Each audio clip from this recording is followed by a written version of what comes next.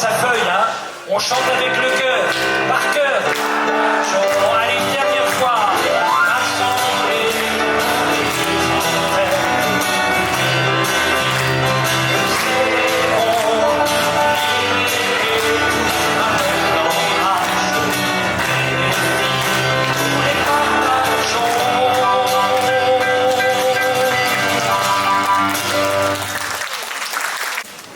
Gérard parler de ce qu'il fait au MCR et puis bien entendu de toute son action et d'en parler, ça fait du bien.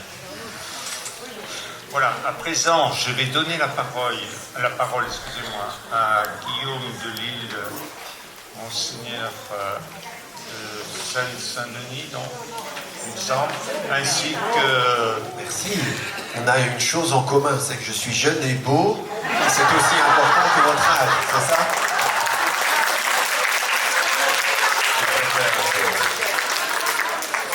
Voilà, en tout cas, je suis Guillaume de Lille, je suis l'évêque auxiliaire de Meaux, et je suis vraiment heureux de prendre ce temps avec vous pour fêter cet anniversaire.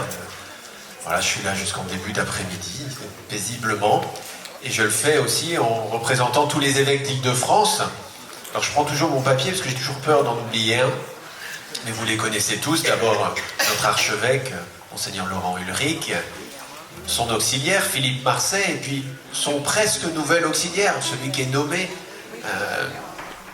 notre ami Monseigneur Toit, qui sera ordonné vendredi soir à Saint-Sulpice. Et puis à Versailles, Monseigneur Luc Crépy. Ici, nous l'avons nommé, Monseigneur Dominique Blanchet. À Nanterre, Monseigneur Mathieu Rouget. Monseigneur Michel Pansard à Évry. À Saint-Denis, j'entendais parler de Saint-Denis, Monseigneur Pascal Delannoy. Voilà. Et puis, évidemment, mon évêque, Monseigneur Jean-Yves Lamias, évêque du diocèse de Meaux. Et je crois que je n'ai oublié personne. Ah, j'ai oublié Pontoise, Stanislas, Monseigneur Lalanne. Ah, comment peut-on l'oublier, Stanislas? C'est pas possible. Voilà, merci d'être attentif. Et donc c'est vraiment au nom de tous que je suis là et que je les représente.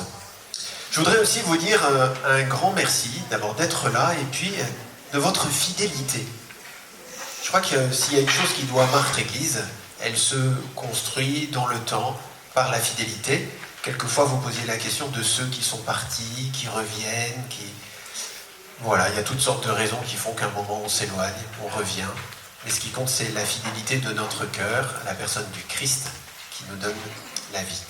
Je ne vais pas vous faire un grand exposé. Comme vous l'avez dit, je voudrais plutôt vous donner la parole. Je vous propose simplement qu'on puisse avoir trois questions. Avant, il faut quand même que je présente Jean-Luc Védrine, qui est le vicaire général du diocèse de Créteil, qui donc représente son évêque.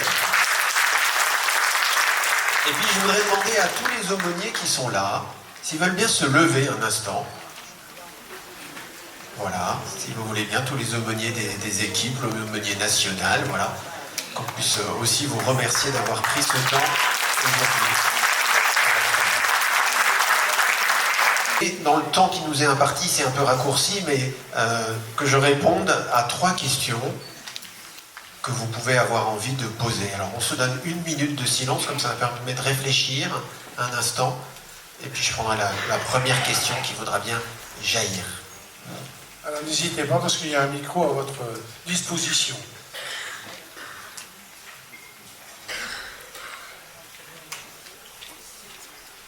Il vous suffit de lever la main, hein, et puis je vous repère dans la salle, n'hésitez pas. On attend... Ah bah, voilà une première question. Ça y est, il y a une question.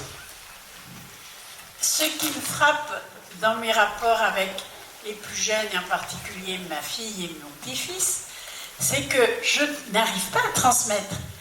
Quand je pose des principes ou quand je pose une réclamation, mon petit-fils râle et ma fille dit « C'est pas ta faute, grand-mère, elle est vieille, alors ne t'inquiète pas, ça va passer. » Ça veut dire que ça passe pas.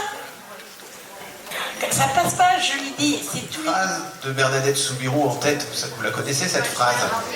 Je suis pas chargé de vous le faire croire, je suis chargé de vous le dire. Voilà. Non, mais ça a l'air de rien, mais quelquefois ça aide d'avoir ça en tête. On prend une autre question? Il y en a une là derrière vous. Voilà. J'aimerais répondre à cette dame Ah ben. que je pense que ce qui est très important, ce sont nos témoignages, car ils écoutent, ça les intéresse.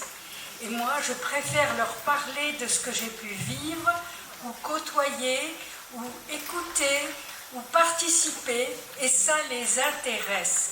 Et je pense que là, on évangélise peut-être parce qu'ils écoutent. Et moi, j'aime bien leur faire des témoignages. Alors je peux dire qu'effectivement les jeunes écoutent dans mon diocèse, mais dans un grand nombre de diocèses en France. On se le disait à l'Assemblée plénière des évêques